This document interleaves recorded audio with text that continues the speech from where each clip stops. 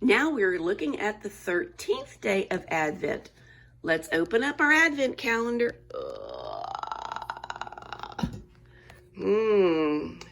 See some missing books, which means we're getting closer to Christmas. And where is 13? Can you put your finger on it?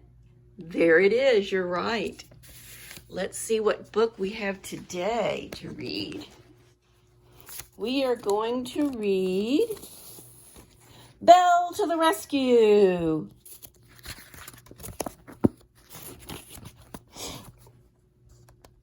Mrs. Potts, Belle called as she walked into the kitchen.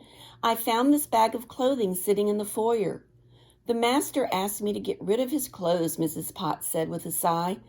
They don't fit him anymore. I'll say, said Lumiere, not to mention that none of the pants have a hole for his tail. Luckily, the peddler is coming today, said Mrs. Potts. He'll be happy to take them off our hands. Belle returned the bag to the foyer, then came back to the kitchen. Just then, Chip appeared. Hi, Belle, he said. Would you like to play hide and seek with me? I would love to, said Belle. Why don't I count while you hide? 98, 99, 100. Ready or not, here I come, called Belle. Rat-a-tat-tat. She was interrupted by a knock on the door. A peddler stood at the door, proudly displaying his goods. Belle looked at the shiny skates. You have so many lovely items, she said, but we don't need anything today. However, I do have this bag of clothing for you, she told him. The peddler's eyes lit up. You are too kind, he exclaimed. You must take these in return. He gave Belle the ice skates. Now what was I doing, said Belle as she watched the peddler leave. Oh my goodness, I was looking for Chip. She searched among the books in the library. She even peered inside the suits of armor in the great hall. Come out, wherever you are, Belle shouted in the ballroom, but her voice just echoed back at her. Chip was nowhere to be found. You win, Chip, Belle called. Chip? May I be of assistance, mademoiselle, said Lumiere. I can't find Chip anywhere, Belle told him.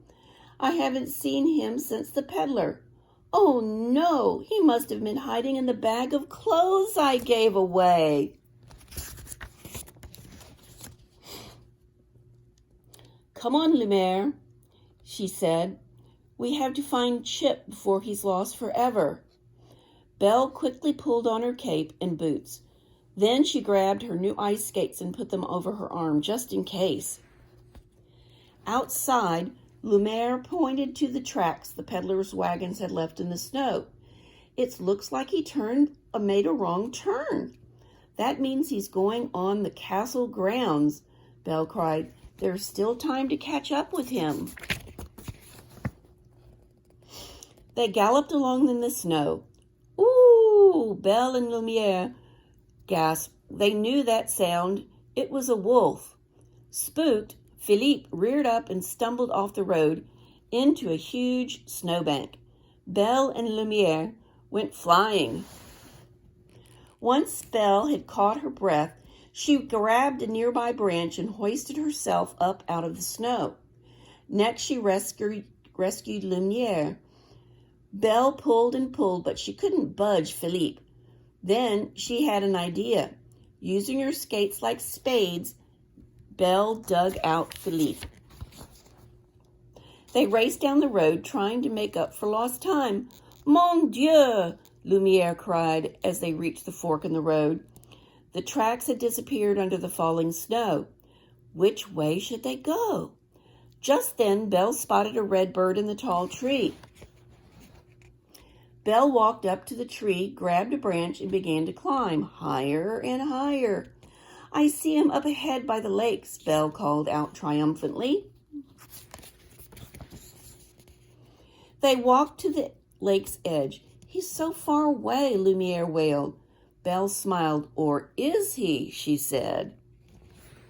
Belle led them to the frozen lake, hoping to go straight across, but as soon as Philippe stepped onto the ice, there was a sharp crack. Philippe is too heavy, cried Lumiere. What were they going to do? Belle looked down and saw the answer. She quickly strapped on her new skates and stepped onto the ice. Whoa, Belle cried as she tried to keep her balance, but after a moment she was skating smoothly.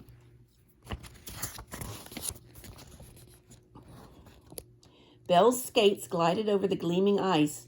The wind whipped through her hair as she sped across the lake faster and faster. With her eyes fixed on the peddler, Belle didn't notice a fallen tree until almost too late. Luckily, she swerved out of the way just in time. Finally, Belle reached the peddler outside the other side. Monsieur, she cried out of breath. You took a wrong turn, but first I think something very dear to me fell in the bag of clothes I gave you. A small teacup with a chip on its rim. All that trouble for a teacup with a chip in it? The peddler was shaking his head.